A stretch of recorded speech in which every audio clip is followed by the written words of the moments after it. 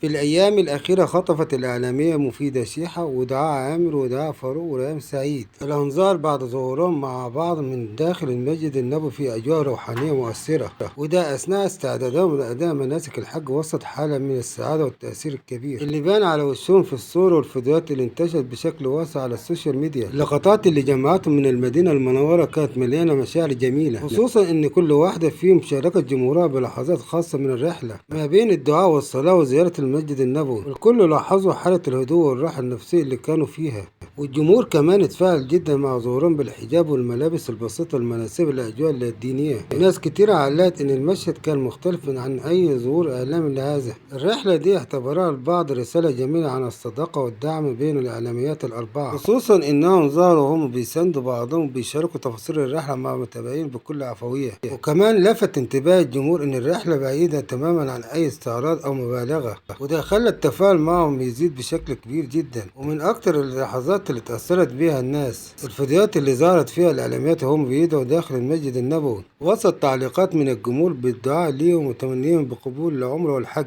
والبعض وصف المشهد إنه راحة نفسية، خصوصا مع الأجواء الروحانية اللي كانت واضحة جدا. كمان تداول رواد مواقع التواصل صور ليهم أثناء التجهيزات للحج، وده فتح باب كبير للكلام عن أهمية الرحلة الدينية وتأثيرها على الحالة النفسية للإنسان، وإن مهما كانت الشهرة أو الضغوط الحياة بيكون فيها دايما لحظات محتاج فيها الشخص يقرب من ربنا ويبعد عن دوشة الحياة.